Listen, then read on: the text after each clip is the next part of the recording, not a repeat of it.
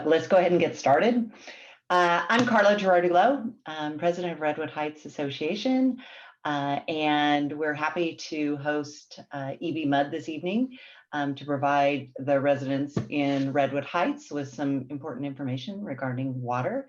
But before we do that, I just want to do kind of a quick update on the association. For those of you that aren't familiar with us, our role is essentially as a community organization, we host events like, well, in the time of Zoom now, online events. Otherwise, we like to host in-person events. And then the other thing that we are doing is working on Redwood Heights Park, doing the renovation there. So it's an ongoing project. We're slowly but surely moving ahead. So anyway, I'm going to turn this over. We're going to make this really all about EBMUD. Oh, one last thing, if you guys haven't heard, there are some families at Redwood Heights School that are really struggling with the pandemic, and we want to see if we can help them out. So we've put on our Redwood Heights, it's rhaoakland.org/contribute. There's an RHS Cares campaign, and we have the RHA board is doing matching for up to $500, and then we have an angel donor that is donating up to $1,500. So I think this will go a long way for the holidays. So anyway, I want to say that I'm going to turn this over. Clifford Chan, I'm going to do his introduction. He is the general manager for East Bay Municipal District. He most recently served as I'm doing two things at the same time, as the director of operations and maintenance for the district. Previously, he served as the manager of maintenance and construction and the manager of water treatment and distribution. Mr. Chan has been with the district for 23 years and has worked in both engineering and operations and maintenance departments. Prior to joining the district, he was a consulting engineer and worked on a variety of environmental and geotechnical projects. Mr. Chan received his undergraduate and graduate degrees in civil engineering from the University of California at Berkeley and is a registered professional engineer in the state of California. I turn it over to you. Carla, thanks for the introduction. Good evening, everyone. Thank you for having us here tonight at your meeting. Our goal tonight is to share with you some information about East Bay MUD, talk about our overall pipeline rebuild program, and probably what's of most interest to this group, the work that we've done and are planning to do in your neighborhood. We have a short presentation, and then we'll be available to answer any of your questions. Joining me tonight is Jimmy Yoloye, our Director of Engineering and Construction, and Dave Briggs, our Operations and Maintenance Director. Also with us is Margaret Young, your director and our board president. President Young, would you like to make a few remarks before we begin? Thanks, Clifford. Hi, everyone. I'm very happy about this kind of turnout. I wish all of our meetings with the public had so many interested customers and constituents. The work that East Bay MUD is doing to maintain and rehabilitate its infrastructure throughout its service area is a huge undertaking. We have 4,200 miles of I don't know. Do you want to watch this presentation? To all of the other facilities that we have, including reservoirs and pipelines that I'm sure we'll talk a little bit about. But again, I just want to thank you for coming, and hope that we answer your questions and that you help us gain more understanding from your perspective, which always helps us do a better job. So with that, I will turn it over to Jimmy to handle the presentation. Take it away, Jimmy. I'm also going to go off video to conserve bandwidth where I am. Great. Take it away, Jimmy. Okay, I'm going to share my screen here.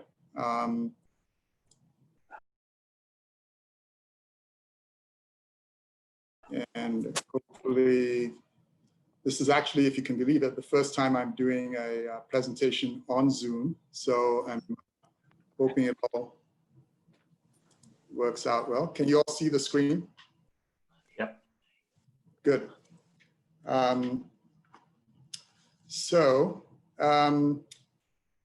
Good evening, everybody. As Clifford mentioned, I'm Jimmy Oloye. I'm the Director of the Engineering and Construction Department.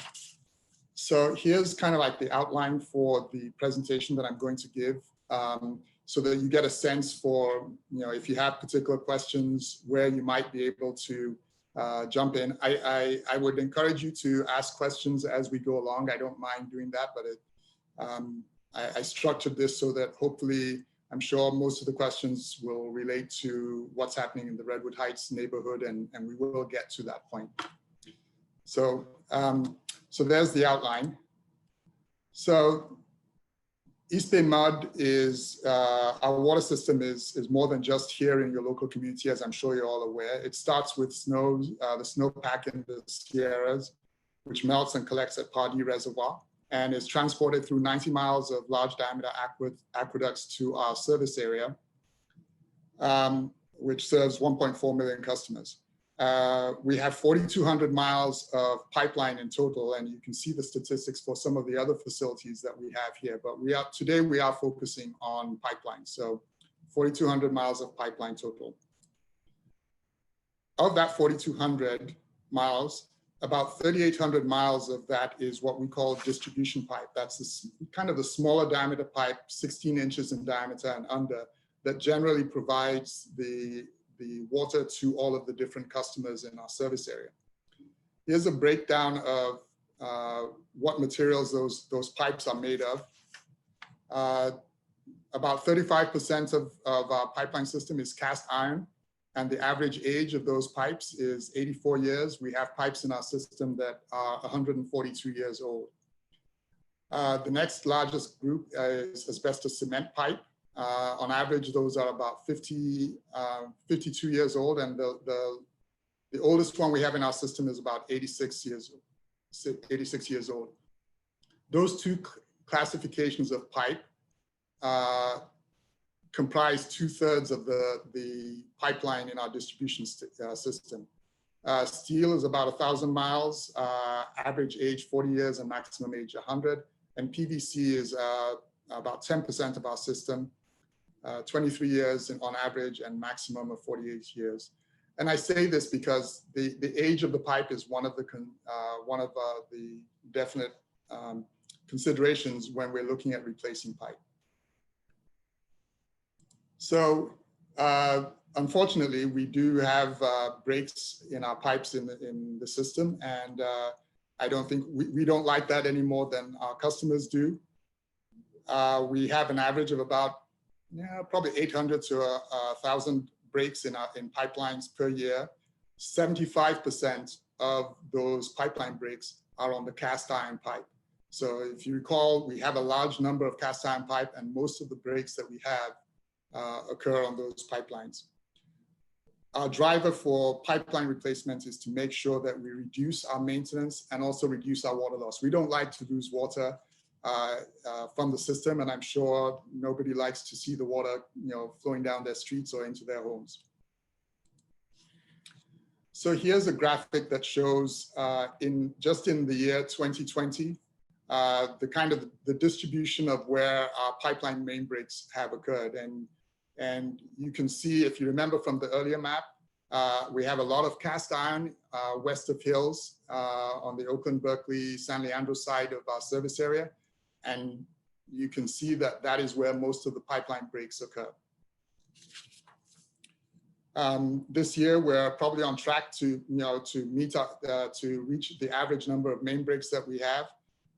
These main breaks are scattered across the service area, and they're generally the result of corrosion or high pressure, ground movement, and other stress factors that can cause the materials to fail. So what do we do about this? This is a plot that shows how many miles of pipe we've replaced per year as far back as 1997. And the red line above shows the number of pipeline breaks that have occurred each year. So kind of like in the early 2000s, we started to see a rise in the number of pipeline breaks. And we kind of knew that we had an issue because those cast iron pipes and the asbestos cement pipes were starting to reach the end of their service life. And so I think we're starting to see a larger number of breaks. We started a pipeline rebuild program, kind of looking at in about 2012 here, we were averaging about 10 miles of pipeline replacement per year. And since then, we've been gradually increasing the amount of pipeline replaced per year. This last year in fiscal year 20, which ended in June, we replaced 17.5 miles a year. And this year, our target is 20 miles a year and increasing to 22.5 miles per year in 2023. The overall cost, if you're interested, for replacing a mile of pipe is approximately $2.5 million. And in order to spend the budget and our ratepayers' money wisely so that our main break numbers also start to decline, it's important for us to focus on replacing the highest risk pipe. So what are some of the considerations in replacing the pipe? We are in earthquake country. We have the Hayward Fault that runs right through our service area. We have landslides and liquefaction zones with ground settlement. These are all conditions that cause pipes to fail, and thus we need pipe materials that can withstand movements underground.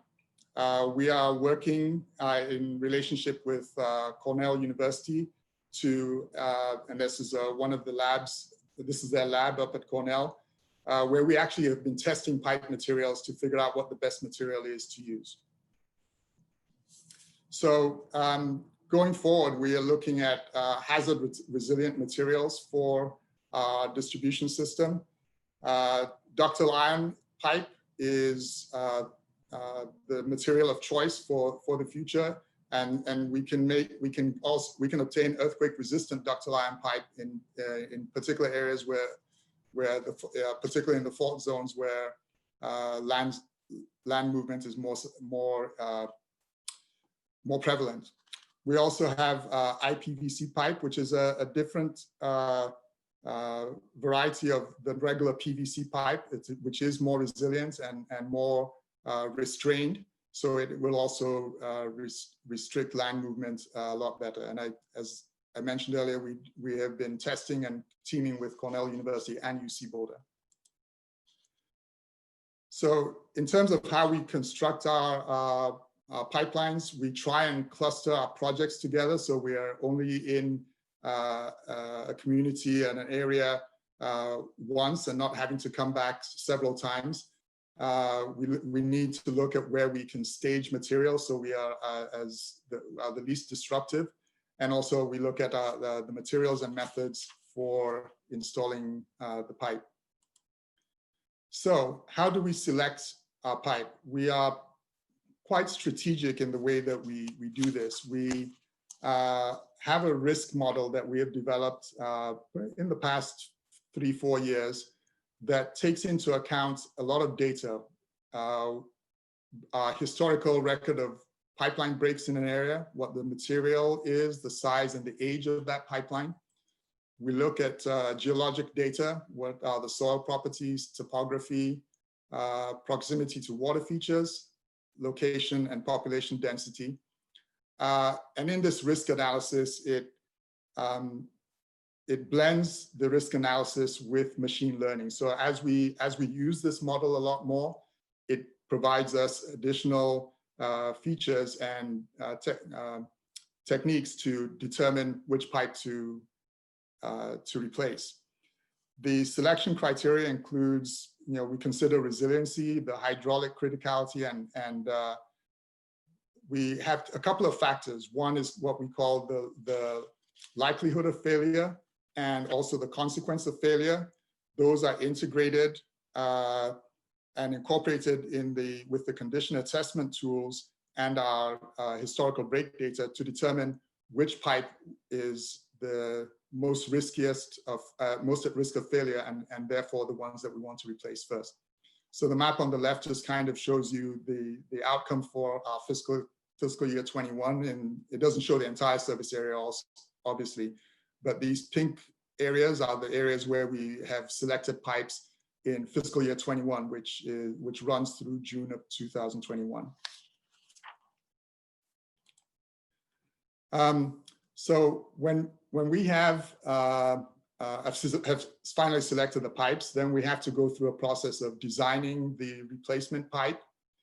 We have a pre-design phase where that's the risk analysis. We look at the hydraulics, we do surveys, we check our as-builts, we kind of figure out and kind of prepare base maps for the pipeline that we would need to replace. Then we actually do the design. We look at the alignments, we do a field review, we figure out what material we need to use for a pipe replacement. And then once the design is done, we still have a final review. We sign off internally. We have to coordinate with the cities in which the pipes are located for permits and traffic control. Once we get to the construction phase, this kind of shows the order of construction. First, we would set up our activities, kind of place signs out, kind of we do a notification to the neighborhood about the project. And those are some of the pre-activities that we engage in. And then we actually mobilize the main pipeline installation crews that actually construct the pipeline, do the backfill and compaction, the pressure test, disinfect, and then transfer services from the old main over to the new one. And that's probably the noisiest part of the construction phase. And then at the end, we actually close out, we have cleanup and punch list, we clean up the job site. And then we also still have to come back and do final paving. And that's the last section here. So the main portion of our construction is this orange area here, but you will see people, see crews in the neighborhood actually doing parts of the work from the early stages all the way through to final paving.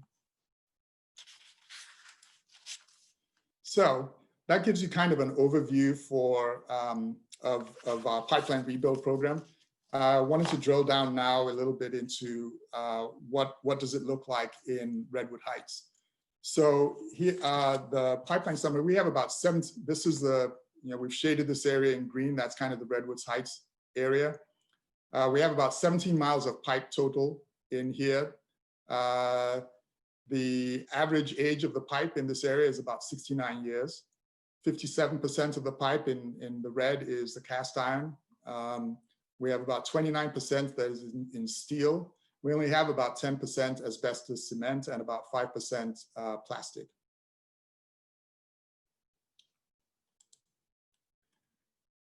So one of the other things to note in the Redwood Heights area is that obviously it is in the Hayward Fault Zone. So that is one of the that is a geohazard that we are definitely concerned with. The other thing to note is that USGS has noted that there are landslide areas within the Redwood Heights area. So you can see right up here, and then there's another area of landslides down here. And when you see the map of kind of where the breaks are and what projects we're looking at, you'll see that we have projects that are in this area and in this area. The picture on at the bottom right here is the main break that occurred on Jordan Road in February of 2020. It's what we call a full circumference break, where a part of the pipe has basically shifted. This break is most likely due to ground movement, either from the fault or from the landslide areas that I mentioned earlier.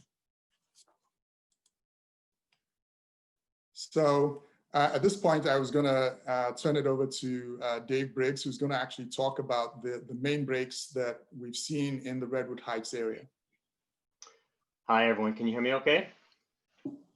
Great. And Carl, I don't know if we're entertaining questions in the chat as we go, or just going to get them all at the end, or what your preference is. But you know what? Let's go ahead. You can put them in the chat, and then we can just come to it at the. Let's just come to it at the end, so you guys can get through your presentation.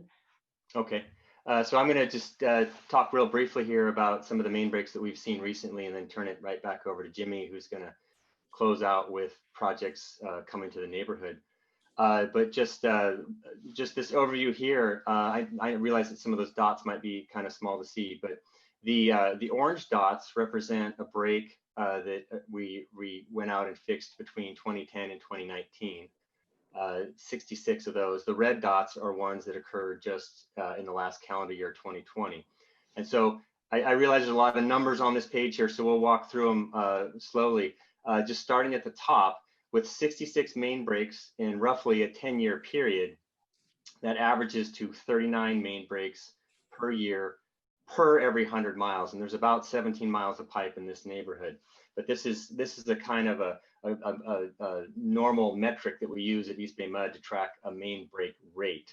Now in 2020, we had 12 main breaks. That averages to 70 main breaks per year for every 100 miles. So it went up in 2020, there's no doubt about that. And then if the very bottom set of figures there is what the average is for our entire distribution system, which covers 2 counties, 1.4 million people. And you can see that the average is 25 main breaks per 100 miles per year. And even back in the prior 10 years, from 2010 to 2019, there were more breaks than average in this neighborhood. But breaks are more common in areas where the pipes are old and made of cast iron, and we have both of these things in this neighborhood as well as other neighborhoods. So that's not surprising that they would be slightly above average, but definitely more noticeable in the last year as things got a little bit more common. As Jimmy mentioned, when we do go out and fix a main break, we study the nature of the main break. It's very important to look at the pipe and see how it failed. Jimmy mentioned that there's 3 different types of main breaks, or the nature of the fracture of the pipe, depending, and I won't go into the technical details, but based on what the fragments look like, we can tell if the pipe was overpressurized, if it was snapped in half because of some type of settlement in the ground or ground shifting, or if it's just suffering from chronic corrosion and essentially it looking like a rusted pipe. What we found in the last 8-9 months or so of breaks in this neighborhood is we saw a lot of pipes that looked like they had fractured due to ground settlement or ground movement.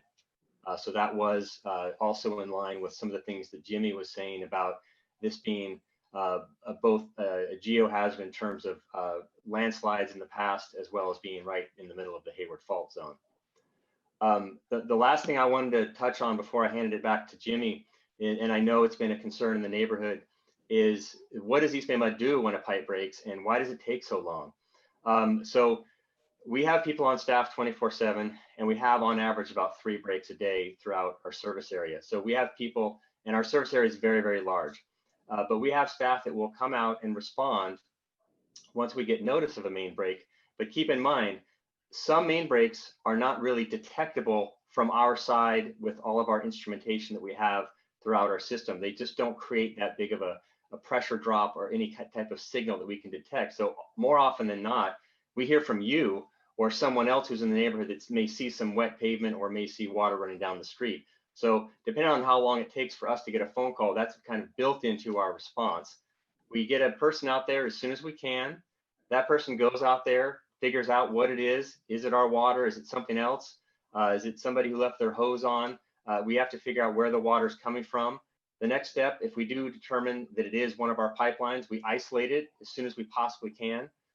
Sometimes we have to go a block or 2 away to get to a valve. So you might see a main break or water gushing out of the street and no East Bay MUD people, but that doesn't mean we're not there and in around the area trying to isolate the pipeline.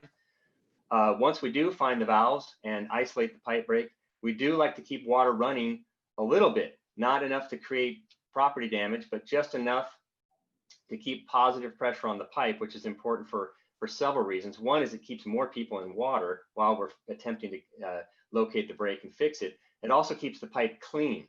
We don't want any sediment or any contamination getting in the pipe that would threaten your water quality. So you may see water running down the street even after we're on the scene, getting ready to excavate or repair, but that's typically a normal process. So typical response time, it can be an hour or two between when we get our first phone call and when we finally get to the break site, isolate it, reduce that flow, and then it could be even longer before we can get a crew out there to attempt to make the repair. So with a service area as large as we have and the time travel involved and sometimes traffic, we can't get out there immediately, but we usually respond within an hour to be on scene and then effecting the repair shortly thereafter. So I think we're going to go back to you, Jimmy, at this point. Okay. All right. So, what's happening and what will be happening in the Redwood Heights neighborhood? We recently completed a couple of projects, in or close to the neighborhood, about 2.1 miles of pipeline. That's the MacArthur Davenport project and Harbor View projects in this area here.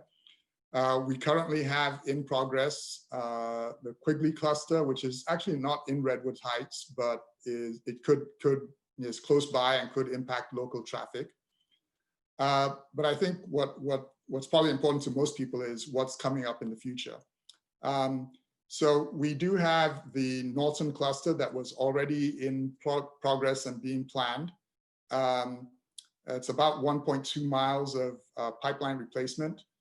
One of the things that we are looking at, you can see this cluster of red dots here, which are pipe breaks that have occurred in 2020. We are looking right now at seeing if we need to extend this Norton cluster up to include the pipes in that area. That's an analysis that we're still going through right now. And then up in this area, in the Rettig Avenue and Jordan Road area, this was an area that was not included in our pipeline plans for this next year in fiscal year 21. But as a result of the main breaks that have occurred in 2020, we went back and looked at our risk model. We run this risk model basically once a year, probably in the March to April timeframe, to kind of establish what our priorities are for pipeline replacement for the next fiscal year.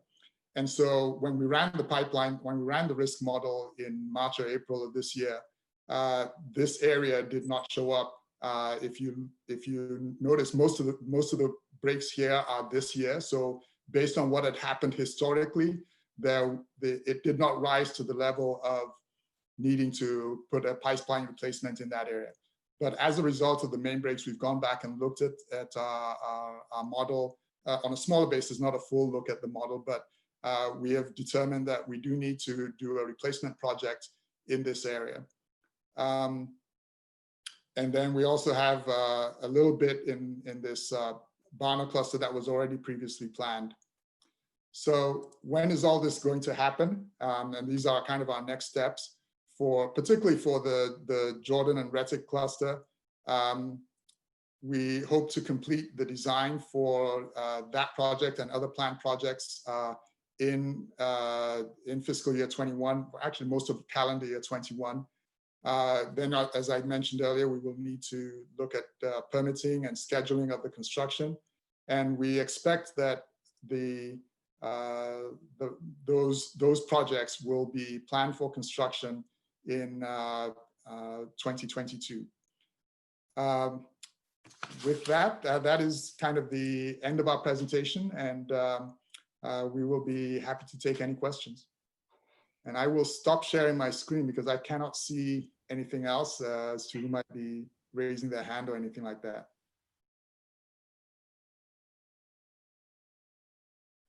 All right, thank you so much, Jimmy. It looks like we have a couple questions in the chat. Hang on. Okay, let's see. Chris Kidney, could EBMUD bring equipment like sandbags, et cetera, out to the scene to protect properties from flooding? Do you want me to answer that, Clifford? Go ahead, Dave. So Yeah, we realized that would be useful, but we typically don't use sand at East Bay Mud, and we don't carry sand or sandbags on our trucks. So that's not normally something that we can do. That's the best answer I can give you. If We you have, do, if you we have do, of 3 course, try to bricks, mitigate the situation, and if there's anything we can do to redirect water, stop water, I mean, anything that we can do while we're on scene, it's in everybody's best interest to keep water off your property. So we're always there to help, but we typically don't carry those materials. Great, thank you, It Dave. sounds like somebody had something to ask as a follow-up. Was that Erica? thank you. Yeah, if you have 3 main breaks a day, wouldn't it be a good idea to plan for sandbags and the materials that are needed to protect people's properties and homes? The vast majority of our main breaks, the water is contained within the curbs, which is one of the reasons why we put the pipe in the street. So when things like this happen, the water is contained. Yeah, it is more often than not that the water stays in the street and is contained. But we can certainly reconsider and consider your idea. Thank you. And just as a follow-up to that, when doing the work, I'm concerned that the drilling in the neighborhood and the work can create further breaks on a nearby address or block. Do you have any plan to um, mitigate that? So can you have some sandbags on hand, or can you try to be prepared in case that happens, since we have a history of that happening in our neighborhood? Yeah, let me just jump in and just quickly answer that one. So, I mean, there's a few things. Certainly construction, if it's underground construction or very heavy construction, I mean, there's a possibility you could break pipe. It doesn't have to be East Bay mud. It could be pavement work and everything else. This has been studied pretty well. And when we're doing our pipeline repair, I think as Dave mentioned, the water is off for a block or two in the area. So our construction work and any vibration really doesn't affect it. And then when you do see the drilling in the area, that's actually, we've changed our practices. We used to have our employees out there with jackhammers breaking the pavement. That caused a lot of injuries. We've changed the type of tools that we use. So you'll see on the backhoes these bits that may look like drill bits, but they're called hoe rams. And it really is a faster way, it's a cleaner way to break the pavement. It's actually safer for our employees as well. Okay, thank you. Great, thank you. Amari, do you want to ask your question? I don't know where Amari is. All right, well, I will ask. There he is. I see the question in the chat. You did, okay. Answer that. So the question is, have all projects been coordinated with the Department of Transportation so that it aligns with the 3-year paving plan? I don't know if it's that specific. Whenever we're doing projects within the city of Oakland, the city does get our planned pipeline replacements for the year, and we do have regular coordination meetings with them. We have our service area is divided up among what we call 3 area engineers, and part of their responsibility is to coordinate with the cities in their particular area for the pipeline projects that we have. So I think in a general sense, we do coordinate with the city. Part of the city knows what paving plans they have, and if there are opportunities for us to coordinate with the cities and maybe do the pipelines before they do the paving, for sure we do that. We're also increasing our level of coordination with the cities to try and see if there are opportunities to maybe share costs with the pipeline replacement and either paving or sidewalk replacements that they are planning, so that we can coordinate and share costs in that regard. Great, thank you. The map was pretty small, I guess. So is it possible, do you want to send me a copy of just the map and then I can forward it on to participants? We'll get that to you through Mona. Can get you a copy of that. Perfect. All right, I'll share that then. Let's see, what else do we have here? Also, Amari was asking whether we can share this with District 4 so they can share it on the website. So, because I'm sure there'll be inquiries for that group. Certainly. Okay. Can I ask a related question regarding the year 2021? Sure. Okay, so Erica asked a question about what are you doing to mitigate the problem, like having sandbags, etc.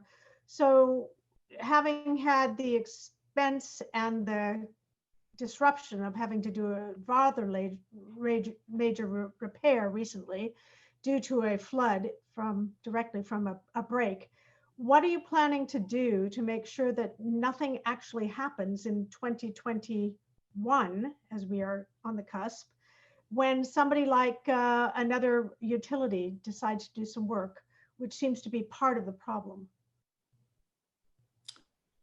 I guess I can take that. Or did you have? Dave, you Well, come up. yeah, I was just going to say, I think Clifford and I were discussing that we may be able to install some monitoring devices in the neighborhood that would detect any type of leak in advance in case anybody was doing construction in the area, or in case there was a leak that we could catch sort of in its infancy before it became a big leak. That would be a sort of a preventive measure we could do for the neighborhood to try to curtail or reduce any likelihood of a break in 21 and in years beyond. And I think the other thing too, just to add to that, I mean, those devices are very helpful. Dave described 3 types of leaks. One that you have ground movement and the pipe just breaks in half. Others are caused by pressure spikes and other things that are just these smaller leaks. These devices that we put out there, it will not detect those catastrophic breaks. I mean, the catastrophic break happens and then that just happens. The other thing though is when contractors go out there and do work in the street, they do have to notify us because we have to locate all of our pipes. So we are aware of work that's coming around our pipes. We don't know exactly when they're going to do the work, but we do get notified of work in the streets. But that really doesn't help, because if PG&E has been working on something and then there's a pipe break afterwards or result of or whatever, I mean, there has to be a better coordination than that. You have a responsibility to the residents to be able to do a better job of coordinating. And there has been a link between the two, as we have seen. Well, let me add a little bit to that. I think, part of our coordination for our area engineers in terms of things that we're planning to do, working with each of the cities, they also know what projects other utilities like PG&E are doing in those particular areas, because all of those utilities also need to get permits from the various cities. So we do get that kind of information, and we often know what other projects are occurring in the area. But I think I agree. We could probably always do a better job of coordinating, and we are striving to do that. Great, thank you, Jimmy. It looks like there's a couple questions regarding the materials of the new pipes, and I'm not sure if you had mentioned that or not. Yeah, no. I don't know what the materials will be at this point, because we're in that early phase of kind of investigating and designing the pipe. I would imagine, based on the location in the Hayward Fault Zone and the landslide land movements that occur there, that we would probably end up with ductile iron pipe, or maybe even earthquake resistant ductile iron pipe in this area, but that has not been determined yet. Okay. I think along Jordan Road, I think there's a lot of concern, namely because they have no curbs. So that's, that makes them more prone to water damage. But then there's also, I'm reading, more ground movement along Jordan Road. So I think there's just that combination of those two things that makes that even more susceptible to water damage. And I guess they're asking how is that being taken into account? So yeah, I see the question about how we take measures to allow the new pipes to move with the new pipes as will be necessary over time. there's only a limited amount of movement that you can allow on the pipes, because if the pipe moves at whatever location the movement stops, you're putting a tremendous amount of stress on the pipe at that particular location. So the ideal thing is to hope that it moves as little as possible, which is why I'm suspecting that some kind of earthquake resistant ductile iron pipe, which won't move as much when the land shifts and is able to resist that movement a lot more, is probably what we will end up with. Okay. I don't see any other questions in the chat. I have a question. Yeah. I have a question also. Who is Jen? Go ahead. Okay, so my question is for Jimmy. Jimmy, who at East Bay MUD will make the decision as to whether our section of Jordan Road, which it looks like East Bay MUD seems to have concluded that the breaks there were caused by earth movement, and it's known to be on a fault line, who will make that decision as to whether we get the most, the best pipe for earthquake movement areas? Well, that decision gets made as part of our design process. And so that is the pipeline infrastructure division, which report, and the division manager reports to me. So it would be within my department. Okay, so do you have a way to alert us if before this decision is final, if it's not determined that we're going to get the most current pipe that's, I forget what you called it. Can you tell me the one that you said is the best for earthquake zones? I said either ductile iron pipe, or there's a level up called earthquake resistant ductile iron, which is a kind of a new material that we have not used before. We've pilot tested it, so and we think it is a good material, but it is not one that it will be a new material for us at the district. Jimmy? Yes. I mean, given the concern of this community, and as we enter into the kind of the pre-design design phase, this seems like a good opportunity to engage the community in this discussion, and maybe even some discussion about the type of materials that we have piloted. Again, I think this might be a good opportunity for some more community engagement as we get early in this process, because I would hate to get too far down the design where we can't make any changes. Yeah, I think we can do that. Thank you. That's great. That's where I was going with that, is if before a final decision is made, if it's not in our favor, if we could be alerted so that we can have some more input on that. And if I may, can I just hop in? I'm sorry, Director Young. I just wanted to say that we always try to make a decision that is in what we think is the best interest of serving our customers. That is our job one, our number one priority. And so I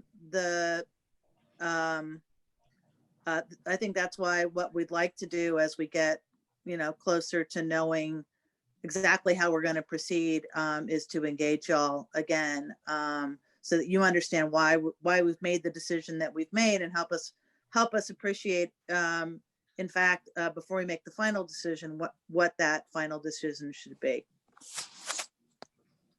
Great, thank you. Andrea, I think was. Yes, I had a question. I've lived here since 1978, and we had a huge break in a neighbor's property. And you said that you respond in an hour. This happened on a Sunday. The water was about, at least 4 foot wide and shooting 15 feet at least in the air.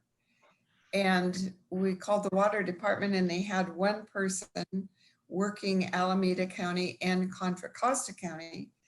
And they couldn't help us. How we got help was calling the fire department. So that's changed. You respond in 1 hour. I find that hard to believe. Well, so we have multiple people. Our service area is split into generally 4 areas. And we have 4 separate yards that each have a crew available to help, and we have people on call that sit and wait to respond to breaks. Not every break is responded to within 1 hour, but many of them are. But yeah, we can usually get out on scene within 60 minutes of getting a phone call to at least do a preliminary investigation of what's going on out there. All right, that's just not my experience. Chris. David Briggs, you mentioned that sometimes you have to run the water so that it doesn't get dirty after after the pipe is broken. It's also been our experience in the past that sometimes it felt like they didn't know where the shutoff was, and they would head off in one direction and then they'd head on. So I just wanted to make sure that they have, updated maps on the shutoffs when they have to shut it off. I understand you don't want that sediment to get in there, but anyway, that's my question. Yeah, so just real quick, we have maps. We have electronic maps that are updated. Typically, there's shut-off valves at every intersection, but what can complicate things is if the valves typically, what you see in the street is a circular valve cover. If they're difficult to find, because at times our valve covers get paved over when various cities do paving, or from time to time they're inoperable. And so we have to expand the shutdown and go to the next intersection over. So yeah, there can be some difficulty isolating a pipe break in a particular neighborhood. Most of them are isolated by just going to each street corner and turning the valves on the at both sides of the intersection. But yeah, we have up-to-date maps and try to get things isolated as quickly as possible. Thank you. Could I add to that one?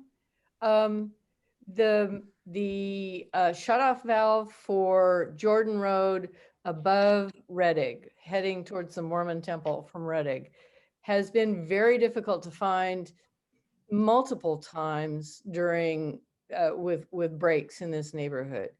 And the last time it was a good 3 hours, 4 hours, maybe more of the water flowing hard. And needless to say, in a drought, that's disturbing. But more importantly, the fact that he couldn't find it for that long, to my mind, means that particular valve really needs to be found and identified and looked at once again. So that's a neighborhood thing that we've seen multiple times.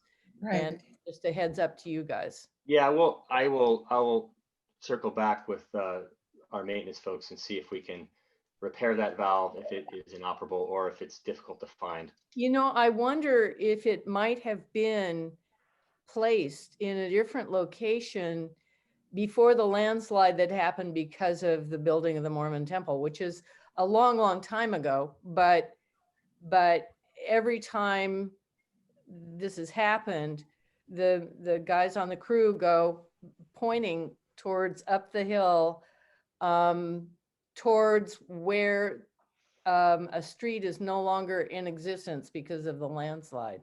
So yes, that's the break I was talking about. They finally found the shutoff valve up on Fry Street. Right. And they said they could hardly get it open because it was so rusty. Right.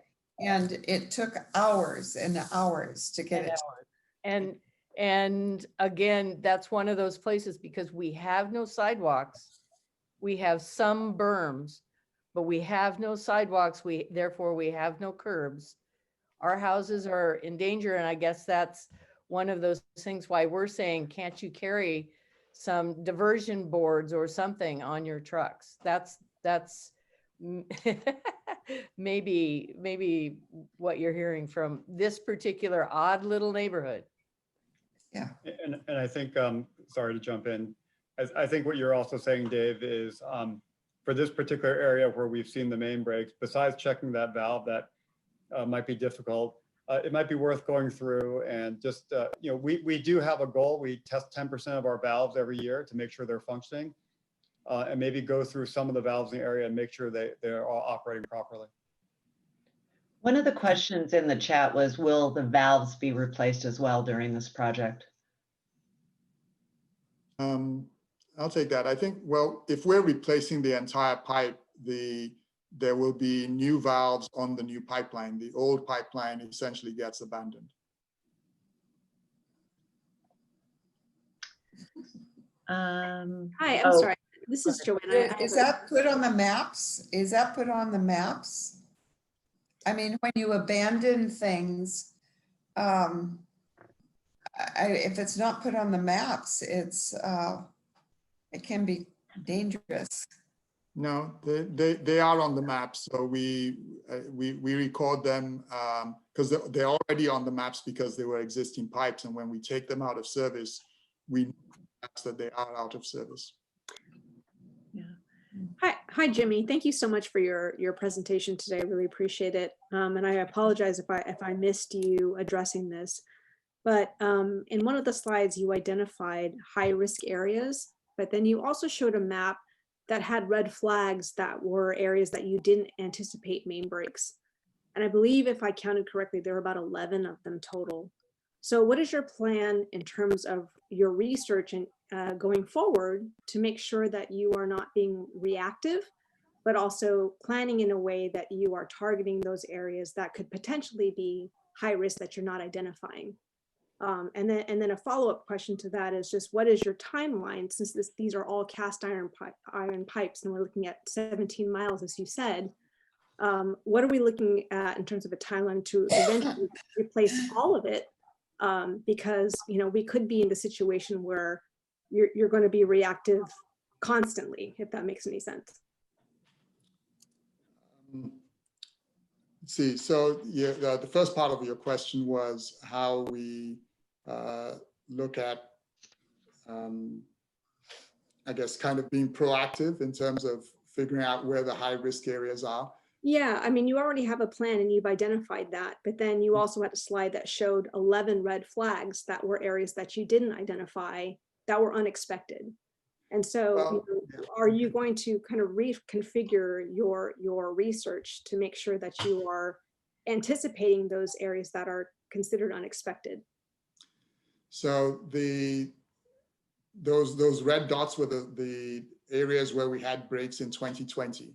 So part of our modeling, our risk modeling, looks at what has happened historically and is kind of an indicator of where the highest risks are. So it is possible that we will miss some things. If there has not historically been something that has happened in that area, it may not show up as a high risk, because a large component of the risk model is where have we had breaks and failures in the past. That is probably the single largest component that goes into the risk model. And it is probably weighted towards that, but it's also because that's where we're having breaks and losing water, and the whole focus of the biggest focus of the pipeline replacement program is to avoid the water loss. And as I mentioned earlier, we have 3,800 miles of pipe total.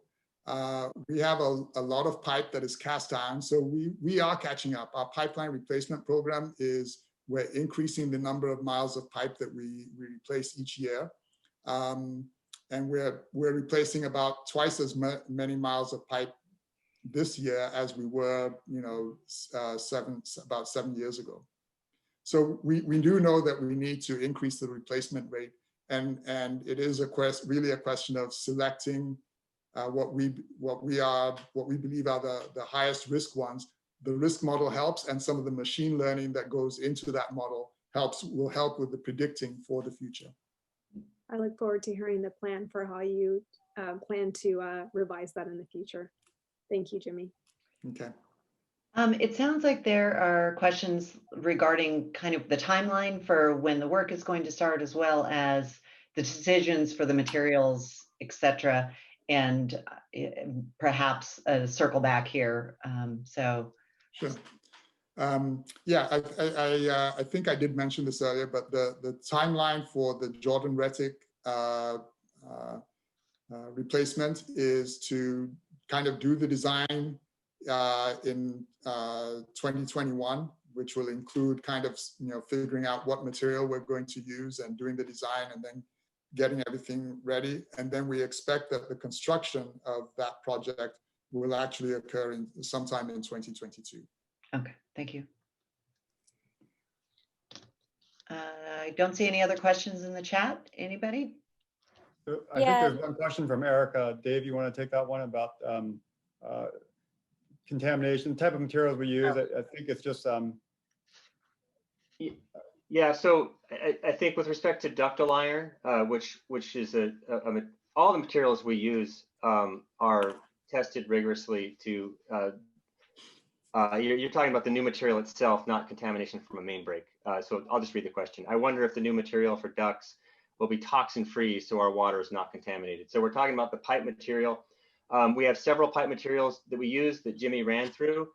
We may be moving forward with, it's a new material for East Bay Mud, ductile iron, but it's in wide use for decades in Los Angeles and San Francisco. So these are time-tested materials that we know a lot about in the industry, and they are 100% safe. I'll just applaud you that for East Bay Mud, there's only 6 known contaminants in our water, but in Los Angeles, there's 20. So I hope that the pipes don't contribute to that.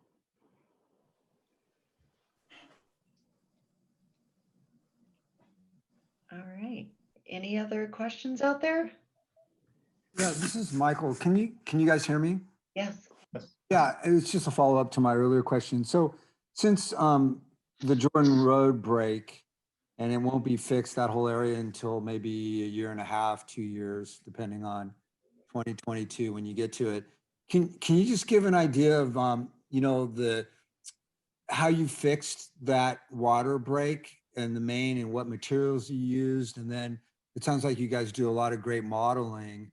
So what's your confidence level that what you guys did is gonna, hold for the next 2 years, or up until then, depending on, and I'm using kind of, worst case scenario where you may not be done until the end of 2022, which is roughly 2 years from now. So I think Jimmy can follow up as well, but I think if I understand your question, when a pipe does break, we don't put a temporary repair on it. It's the repair that we effect in the relatively small zone of the break is expected to last decades and for the lifetime of the pipe. The rest of the pipe may, of course, is still the same age. And when Jimmy's program comes in later to fix it, all the pipe will be new again. But the repairs themselves are not temporary repairs. They will hold for as long as it takes. If I understood your question right. Yeah, and I guess, I'm not an engineer. You guys are way more expert at this than I, but wouldn't it be, and I guess I'm also trying to understand the modeling you do, because if you fix one part of a pipe, which maybe with new material, it could put stress on the older part of the line, and that could, I don't know, 50 feet, I'm making this up, 30, 40, 50 feet away. I'm not sure how the size was of the pipe that you actually fixed. It could put stress on the other parts of the pipe that could fail, right? I mean, and I'm just asking kind of a what if question. Is that a reasonable type of scenario, or over the next couple of years, given that Jordan Road is right above, or I guess the fault line is right below that, and there is ground settling, that you guys said it's probably due to ground settling, it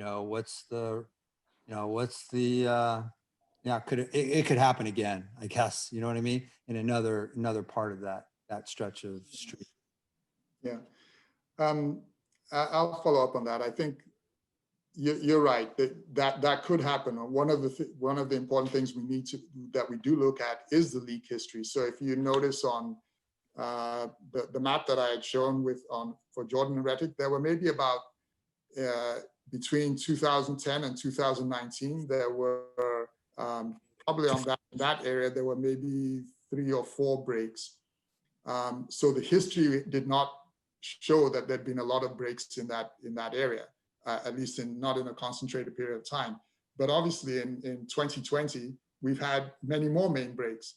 And so something has changed in that area that has, that is starting to cause those pipes to break. So that is an indicator to us that, there is more stress being put on the pipes, whether it's from ground movement or something else.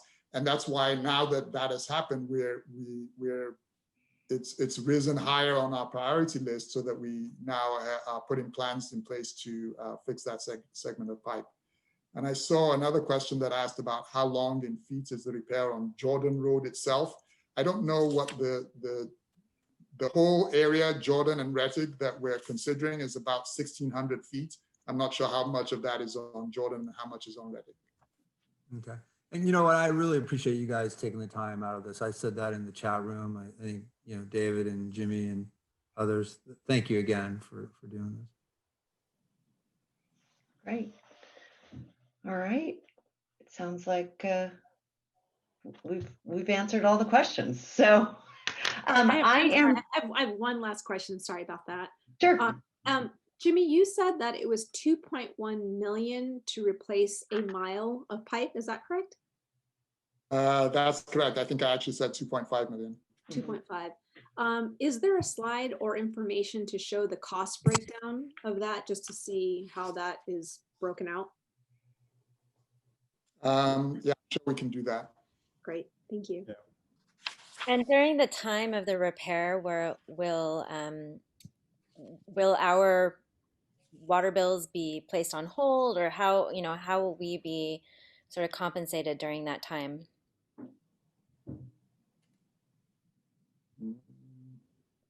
So I think during the time when you have no water service because of a repair. Oh, this is the construction that Jimmy's talking about in the future?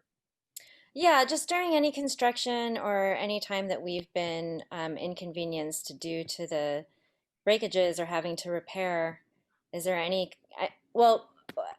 kind of way to get any compensation or a break, for example, during the repair that we had on our house during the flood, we were then fined by East Bay MUD because a truck was on top of, the meter, the water meter. So just want to make sure that the right hand is talking to the left, and that during any construction going on in our neighborhood, that we're not getting slapped on the wrist by the other, department for something like that. Yeah, and maybe I'll just jump in, Dave and Jimmy, on that one. First, I mean, if I understand you correctly, if there is some fine for some truck on your meter, tell me what address that is. We'll look it up and see exactly what that circumstance that led to that one. As far as when we're doing our construction work, I think as Jimmy mentioned, the existing pipe is in service while we do the construction. So you're going to have all the service that you get. In terms of if there's a main break in the area that you have a water disruption, there's nothing that, there's no reimbursement necessary for that disruption. However, if you find that that main break, not necessarily what Dave's talking about, we keep the positive pressure on, but just because the pressure or the shock caused some debris in your line that you had to flush out, if you contact our customer service and you had to do extensive flushing, oftentimes if you call, we'll credit you to your bill, a small amount of that water that you use, so that you don't have to pay for the water that just got wasted. And that's a call to our call center, and that happens, whenever people call. Thank you. Thanks for your time and for escalating our neighborhood and its need for repair. One last question, and that is, when can you update us next on where you are with this? Jimmy, when do you think you can get back to community and maybe start talking about materials? Would that be sometime the first half of next year? I think that's probably a realistic timeline, about the first half of next year. I will check actually with our pipeline design group and get a better idea of what the planned schedule is for that, and then maybe get that information back to the group. So is it reasonable to assume that you could talk to the Redwood Heights Association again, say, somewhere quarterly to let us know where you are with this, or at least notify us in some way, so we know that we haven't been lost in the great scheme of the, well, what often happens in government. How about this, Or Carla? semi-government. I appreciate the question. Carla, we could have Mona work with you and find Absolutely. times when you have your meeting and give you updates. And Absolutely. just one other thing, if people have a burning desire to see the breakdown of what it costs to put a pipe in, if you go on our website to the board meetings and you look at under a planning committee meeting on July 28th, you'll see a very detailed breakdown, but we will send to Carla that particular graphic. But if you're dying to see it tonight, you can find it tonight. All right. I'd also want to let everyone know that we do live stream our board meetings and our committee meetings now. They're on the second and fourth Tuesday of every month. So if you haven't gotten enough of your taste of East Bay Mud this evening and you want to learn more about what we do, feel free to check out the agendas on our website and tune in when something interests you. All right. And we are going to, well, so I'll get the map from Mona and, we'll circle back on any updates. And then also this thing will be posted on our YouTube channel for those that didn't make it today. And we'll get you the breakdown, although I'm a little disappointed Joanna didn't have a burning desire, but. Yeah, no, Clifford, not a burning desire, but always have the same numbers was 2.5 million per mile. So thank you for that. No problem. Thank you guys all so very much. This was really informative, and it's nice to have the connection with EBMUD, to understand what's going to happen in our neighborhood. So we certainly appreciate you reaching out, and we're happy to host future updates. Thank you for having us. Okay. Thank you for having us. Have a good night. Thank you for having us. All right. Take care. Thank you. Good night.